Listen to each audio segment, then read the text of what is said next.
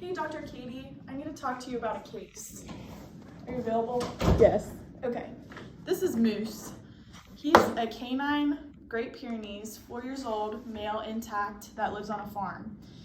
And the owner is older and often forgets to give Moose his monthly Heartgard medication. The owner noticed that Moose has been exercise intolerant over the past week and has not been monitoring the property in his normal routine. A history, physical examination, and heartworm antigen test have been performed. I just got the results and they reveal that Moose is heartworm positive. What should we do? Hello, I'm Dr. Katie. I'm Sally. Nice to meet you. Nice to meet you. So we got Moose's heartworm test results back and he is heartworm positive.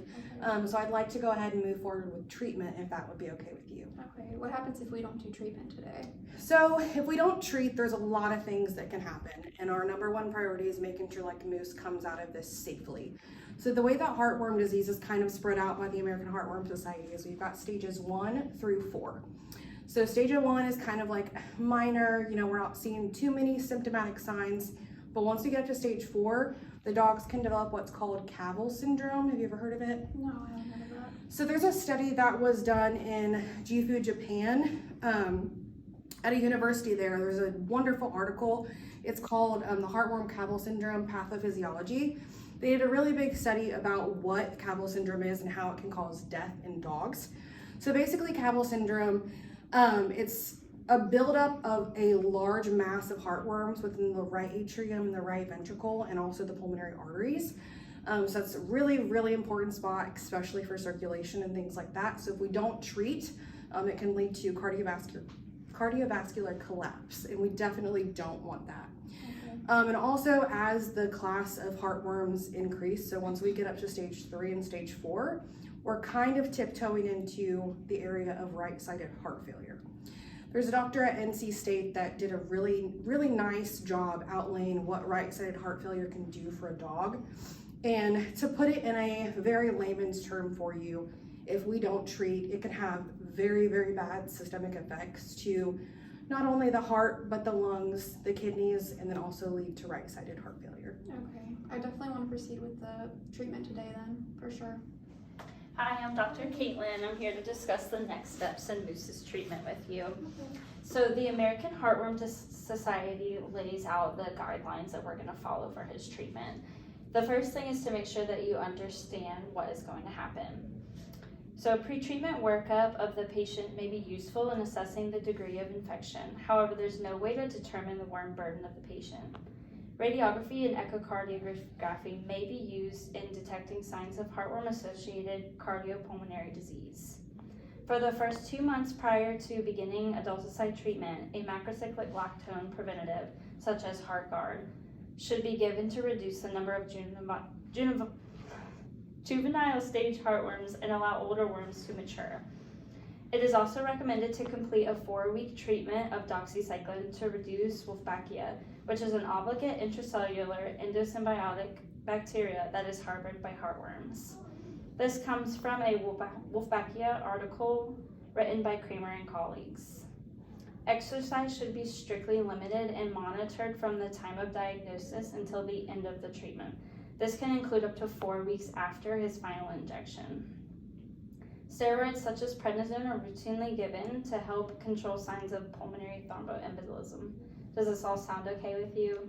Yeah, it might be a little hard since he loves his exercise, but I think we can figure something out. Yeah, I understand that can be complicated. Yeah. All right, well, we'll be back in to continue later. Okay.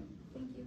Hey, Sally, how are you? I'm really good. How are you doing? Good. That was a lot to hear. I understand. I just want to go over really quickly some things that we want to talk about for Moose's treatment afterwards so that you're prepared for when that arrives. Okay. Sounds good. Good. So the first thing that we're going to do once we finish the adulticide therapy is we will confirm efficacy of treatment around 6 or 7 months after that first treatment. And we'll test for the antigen, and we will also do microfilaria testing. And that's something that you'll want to do annually for Moose going forward. Okay. Okay. Sounds good. The other thing that's really important is a monthly macrocyclic lactone heartworm preventative for moose. Okay. And that's something that we're gonna start, and we wanna make sure that we're keeping up with that and complying monthly with that drug, even during treatment, because there's something called the susceptibility gap, which means that even though we're treating moose with adulticide therapy, there is a period of time where he could be susceptible to reinfection, and that would be really frustrating for both you and moose. Yes. Okay. That sounds. Yep. That sounds good. Okay, that's all I have for you. Hi everyone, it's Dr. Katie. I had a positive heartworm case today and we did typical treatment, but I've been looking into the Moxie-Doxy protocol. Is there any way that you guys would recommend that in any case? Well, according to the American Heartworm Society, this typically isn't what is recommended. However, it is an option if arsenic therapy is not available. With this protocol, you would do 10 milligrams per kilogram twice daily of doxycycline for 4 weeks. This would be done along with your monthly heartworm preventative. It is also recommended that you do an antigen test 6 months after completing treatment. Thank you for that input. So what would happen if this was a grade 3 heartworm case? Yeah, so the main goal, obviously, when treating our patients is the patient's health. So before killing the heartworms, we want to make sure that the animal is stable. So if this were a grade 3 case, I would recommend doing the American Heartworm Society 3-dose protocol to avoid killing all the worms at once and causing damage to the vessels. According to the American Heartworm Society, stabilization of the patient may require administering fluids, vasodilators, diuretics, or glucocorticosteroids. I would also make sure to keep the pet exercise restricted throughout treatment and recovery and monitor the patient daily. That's some great input, thank you. What about if it was involving a geriatric patient or a ivermectin sensitive breed? Well, ivermectin sensitive breeds include some collies and other P glycoprotein deficient dogs due to increased sensitivity to overdosing, as stated by the American Heartworm Society. Prior to deciding on a treatment plan, discuss the risks involved with the owner, since the patient is at a higher risk of complications due to both age and breed.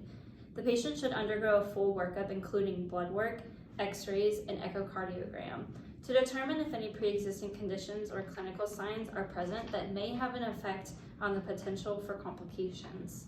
If the owner elects to proceed with treatment, the 3-step approach would be the best option. Awesome, thank you.